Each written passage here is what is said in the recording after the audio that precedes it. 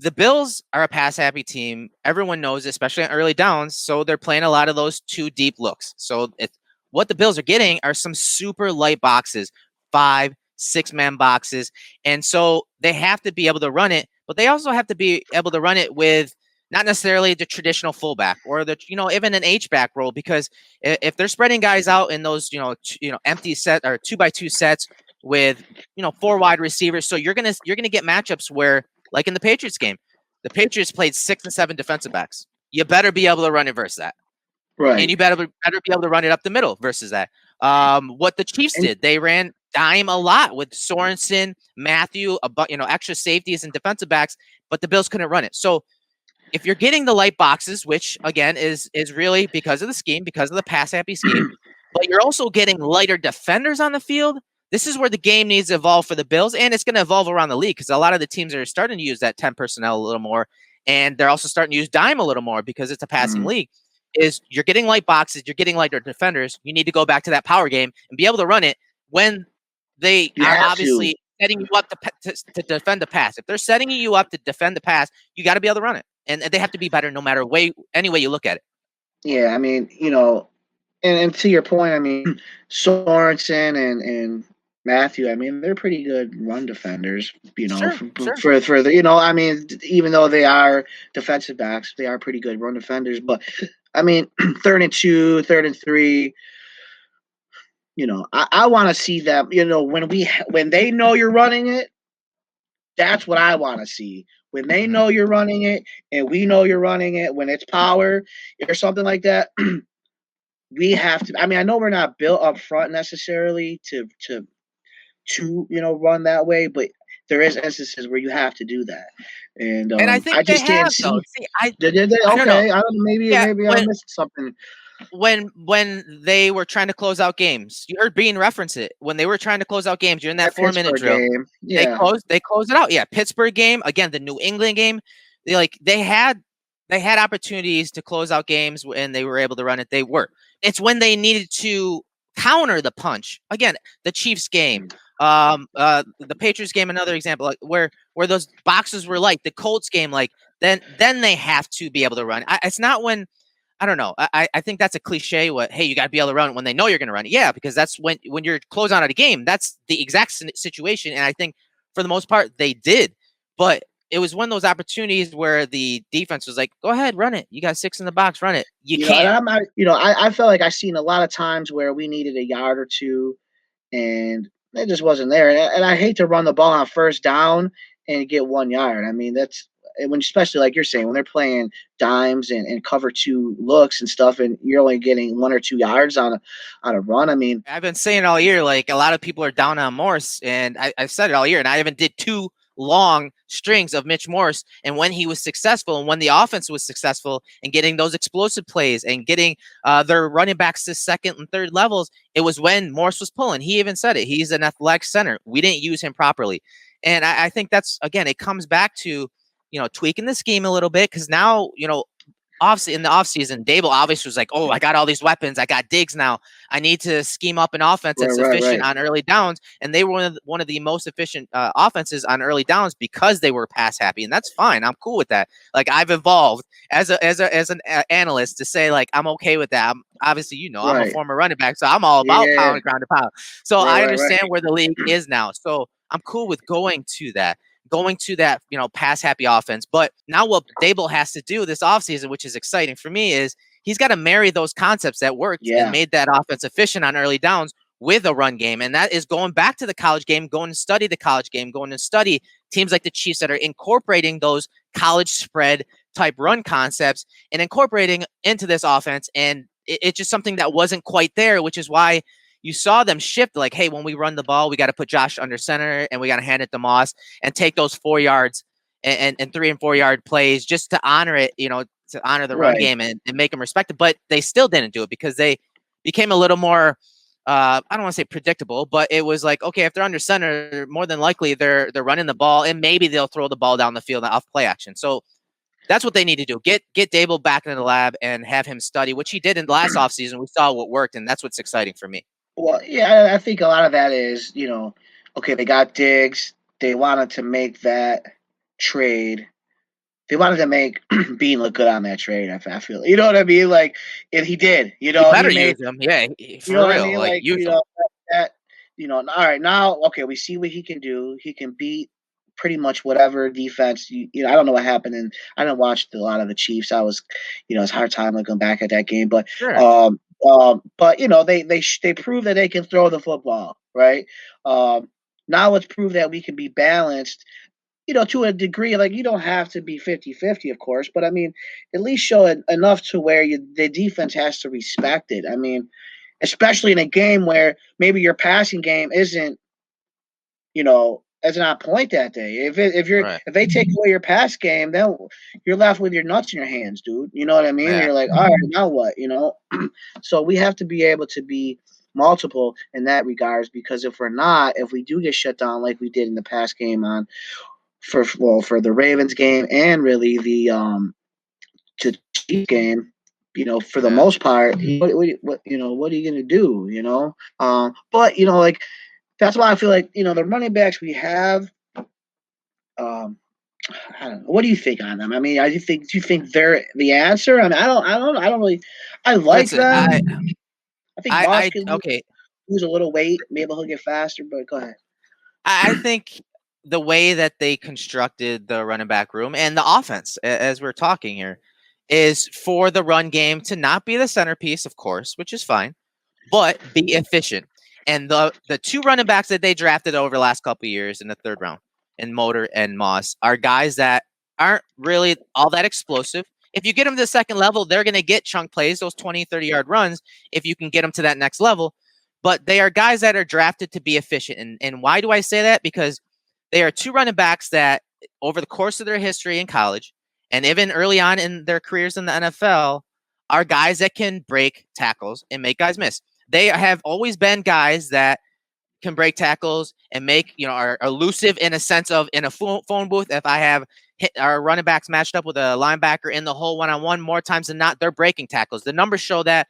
And if there's one thing when we talk about analytics that translates at the running back position from college to the NFL, it's tackle breaking.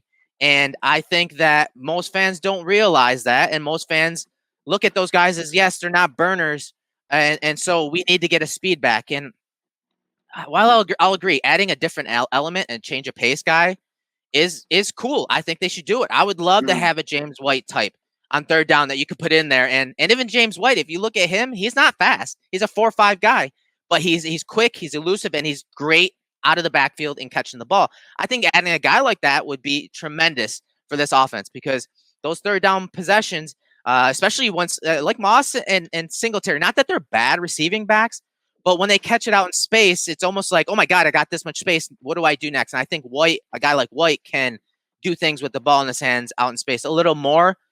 So it's not that I don't want a speed back. I just want a guy that can threaten someone on third down and in the passing game. And I'd like to yeah, see that that's. a little more. I mean, you go back to the Chiefs game, and that drop by Singletary was a you know, That was a killer, bro. that was almost like a tipping point, so to speak. I mean, it was definitely one of the plays that, you know, kind of put a, you know, a little bit pump the brakes on any drive we had Yeah, going there for sure early, because when we were driving a little bit, we had him wide open. I mean, he had a ton of real estate yeah, um, on that play and dropped it. You know, I mean, sure, you're gonna drop a pass, but in that particular play, we need a guy that we can 100% rely on. And I'm with you. I think we need, you know, a fast guy that is more receiving, you know, more yeah, receiving for back sure. fast guy, you know, because, you know, we can run between the tackle with Moss. You know, if we want to switch it up with Singletary a little A little bit, pin and pull with Singletary. Like yeah, you know, I like that. I like that punch. And I know a lot what Nate Geary and I talked about. He says, like, yes, we need a different profile, a different type of running back profile. I would agree with that. I think Moss and Singletary are more similar. And again, when it comes back yeah, to these breaking tackles, look at this. So we're looking at some stats of broken tackle percentage for the running backs of guys with at least 100 carries this year. And atop the list here are Moss and Singletary, 13 and 12.8%. So 13.4% of the time you see Moss breaking a tackle, 12.8 for Singletary, number 3, number 4, according to Sports Info Solutions. So when we're talking about being efficient, they have their efficient running backs. They need to improve the offensive line to get those guys, instead of gaining 4.3 and 4.4 a carry, getting them closer to 5 when they have those light boxes. But what they need is, again, a change of pace guy. So I think they have their efficient guy, a guy like, I know you always bring up Michael Carter this draft season in text messages and whatnot. He's a guy that he looks like he can add a different element to the Bills offense. And I like one guy I saw pop on film last year when I was studying the Senior Bowl guys I was studying Joshua Kelly at UCLA, and this number 10 kept popping on film. I'm like, who is this guy? They're bringing him in on passing downs, and that Demetric Felton, I believe his name is, little guy that was just UCLA he showed out. UCLA. Yeah. He showed out at the Senior Bowl this year, this past week, as they lined him at wide receiver. He was just roasting guys. I think he's taking reps. I think he's trying to transition to RB2 wide receiver. Actually, give me one of those positionless guys. Go get me a guy like that. Go get me a guy like Curtis Samuel, or not Curtis Samuel, but there's a guy in the same way. In the same way, though, yeah. Samuel's kind of in that boat from years past. Guys that can catch the ball, that can have speed. That teams need to at least think about. You know what I mean? Like, all right. It would be nice to have that triplet. You know what I mean? Like that everyone especially wants. on rookie contracts, right? Especially on rookie contracts. I mean, you figure Josh is going to be getting a contract probably most likely this offseason if they can. Yeah, it sounds like it. And that means a lot of other guys. Unfortunately, we're going to we'll probably lose John Brown, right? We'll probably lose a few other guys maybe across the offensive line. So I mean. In-house, okay, so there's Singletary, there's Moss, there's Antonio Williams, okay, and then Christian Wade, So, and I know they gave future deals, I believe, to both of those latter two guys I mentioned. So it looks like they'll be around next year. After that Miami game, I was thoroughly impressed with Antonio Williams. I mean, it's kind of ironic because throughout the season, I'm like, Eric, you got to check out Michael Carter from UNC. He's a stud. They just are running back factory all of a sudden, huh? And then all of a sudden, there's Antonio Williams guy that I totally forgot was even on the roster, pops off, and he's from North Carolina. I'm like, oh my god, maybe the guy from North Carolina is already on the roster. So, and so I went back and looked at his college tape, and he is deliberate when he gets the football. He attacks the line of scrimmage, and he can make that first defender miss. So, maybe because obviously if we use a resource in the sense of a draft pick on a running back, maybe we have to look internally first. That guy may already be on our roster. Maybe they didn't have the confidence in him to put him in the playoffs because he's a rookie, he's young, whatever. But I mean, and then Wade, I mean, we've only seen one preseason game, and he looked absolutely incredible. That's all we've seen of him. But for whatever reason, he's still on the team. I mean, maybe just because they get the free pass with him, so to speak. But I mean, are you at all encouraged by those guys at all, or do you have any hope that maybe they can fill the role? Okay. No, Wade, no. Williams, I think it comes back to the conversation we had. Is he much different than what they have, bro? I don't think so. I think he's got the prototype size and weight and speed for what they want in a running back, but I don't think he is any different than Moss and Singletary. I think he is because if you go, and I get what you're saying, but I think he is because if you go back and watch, he is so. I watched him at North Carolina just when they picked him up. I was like, okay, let me go take a look at this guy, and I agree, he is deliberate, but you're telling me Moss isn't? Is that what you're saying? Are you just not to the sense of him? Like the way he attacks the line of scrimmage, it puts a lot of pressure on that defense, and I was impressed with that. So I saw it in the game, at the Miami game, and I was like, all right, is this an anomaly? So I went back, and it was the same thing. I'm seeing the same type of runs that I saw from the Miami game. So I'm like, all right, this guy's got this element to his game that can't be ignored. And I mean, he's right. He's got power. He's got a little bit enough wiggle. I mean, not a lot, but just that initial first cut, he can make that guy miss, and he hits the hole hard as shit, dude. And I don't think you can ignore that. Not to say Moss, I feel like runs in sand sometimes, and same with Singletary. I feel like they just spin their wheels a little bit, and it's just they're not really going anywhere. With this guy, he just pound, and then and just goes, man. And man, he's like shot out of a cannon. And I'd like to see him get some more reps. I know that the preseasons that may not happen again, maybe next year, but I think he has, in my opinion, ability to maybe make the team not use a resource on a running back in the draft this year, potentially.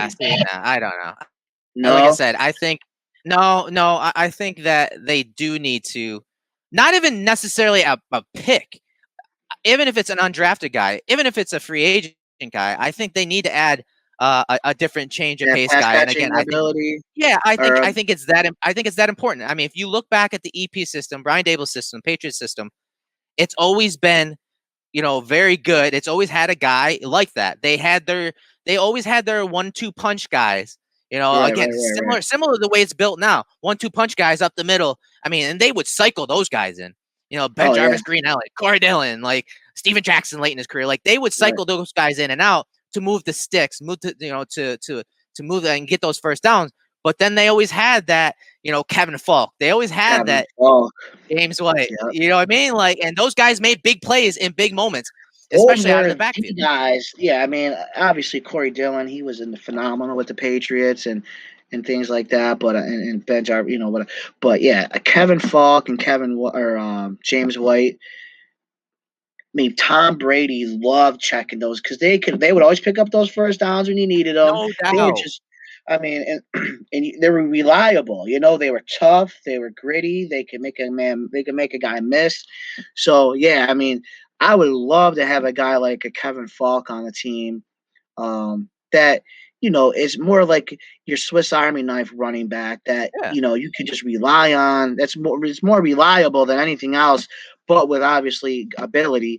And they also present matchup problems. So you always you hear the coaches talk about week to week game plan, type of offense. Well, I mean, name one game this year. Name one game where the running backs out of the backfield receiving were that game plan. None. There wasn't one, bro. Yeah, there wasn't one. Yeah, you can't think that of one. is what they need to get a guy that can create issues versus when they're because they run trips so often and they'll have a tight end and a running back on the opposite side and that running back's running an option route versus a linebacker most of the time. Okay, who of the running backs that they have, who is going to present an issue versus an opposing linebacker? It's not many, dude. And a lot of times you're getting that linebacker, that weak side linebackers are usually the most athletic linebacker matched up against a running back. I'm sorry, I like Moss and Singletary as running backs, but and they can catch the ball out of the backfield. It's not that, but at once you can't get them in a route to beat a one-on-one linebacker often because they don't have the athleticism that you want to win versus opposing linebackers week in and week. Literally, not one game I can recall off the top of my head where the running backs in the passing game, out of the backfield, or even out wide, were the game plan. And teams do that every week. They do it every week. But the Bills' offense, they were not that offense. Right. In a game like... So much so, hold on. So much so, in the game against the Chiefs, we saw Beasley catch a pass from the backfield slot. Like that, like in that game. And people probably forgot it because it was towards the end of the game. But James White in the Patriots system is a guy that can run all of those routes. Same with Kevin Falk back in the day. So I think they need to add a guy like that. I don't care how they do it. And again, I think it's going to come cheap, but it's something they need to start thinking about.